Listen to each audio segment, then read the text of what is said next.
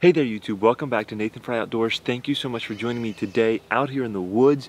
And today I'm here to give you my 5 best tips of how you can get better trail cam pictures. So my number 1 tip for you is to mount your cameras lower to the ground. I'm 6'1", and I naturally work with my hands here around my chest. So for years that's where I'd mount my trail camera. I'd walk up to a tree and I'd stick it on the tree and mount it right there. And I was getting good pictures of deer farther away, but the deer who walked by really close to the trail camera would walk right underneath the camera because they're just not that tall.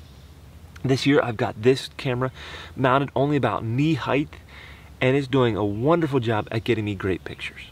Okay, number 2 is to change the angle of the trail camera on the tree. You can see this trail camera I already have mounted low to the ground like I suggested in point number 1, but the ground here slopes down and away from the trail camera to where the trail is. And so if I go any lower on this tree, all I'm going to end up getting is ferns. But if I have it flat on the tree, I'm still shooting above the backs of the deer. So I've taken a few pieces of plywood and made a little wedge to change the angle to point it down a little bit more. Now, depending on how your trail camera straps onto the tree, it may be possible just to use like a branch or a little block of wood. You can just experiment with that. Or they also make mounts that would strap to the tree, and then the trail camera would screw to that mount with a little ball joint, and you would be able to adjust it as necessary. Again, you guys know I'm on a budget, so a few scrap pieces of wood did it, but you have to experiment and see what works for you and your setup. My 3rd tip is to really consider the tree that you pick and the trail cam placement in relation to any trails that you want to monitor. For instance, this tree right here is too close to the deer trail that I'm actually standing on right now. If I was to put it at a 90-degree angle to this trail, a deer would probably walk by, trigger the camera, but then it would be past the camera before the camera actually snapped that picture, and I would miss it or maybe get its tail. Also, with the angle of a camera, you're just going to be better served with a tree that's a little bit farther off the trail. But also, when you're putting a trail camera over a trail, instead of putting it at a 90-degree angle, the best thing to do is turn it at an angle. So for instance, right now, this trail that I'm standing on is running this way. I would take the trail camera and I would point it this direction so that the deer are walking into the camera. It's going to trigger it, it's going to take their picture, and then they're going to walk on by. Instead of trying to do it at a 90-degree angle where you have much less time where the deer is in frame.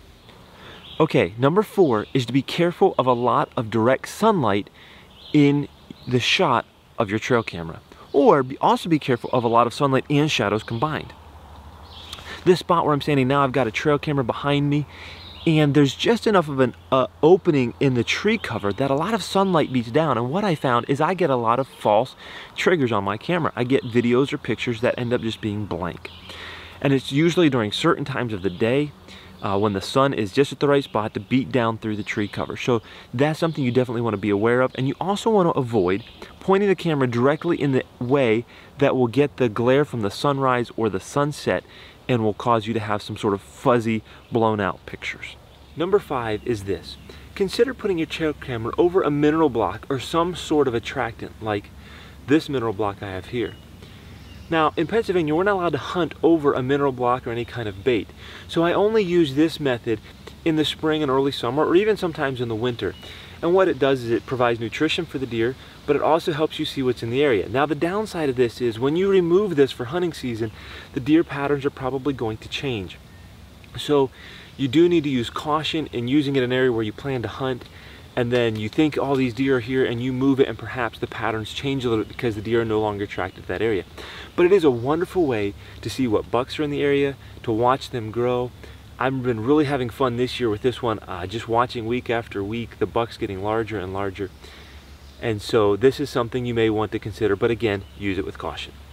All right, one last bonus tip for you. This won't help you get better pictures, but it will make your process a lot more streamlined of getting your pictures off your trail camera, and that's this.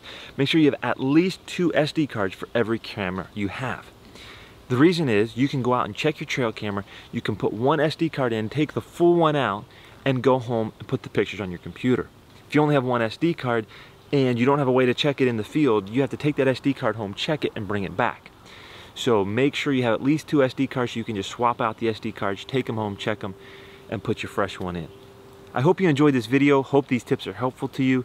If you've gotten a great picture on your trail camera, let me know down below. If you've got a tip that I didn't mention, put that in the comments. I hope you enjoyed it. If you did, give me a thumbs up. Consider subscribing. And remember that until next time, to get off YouTube and get outdoors.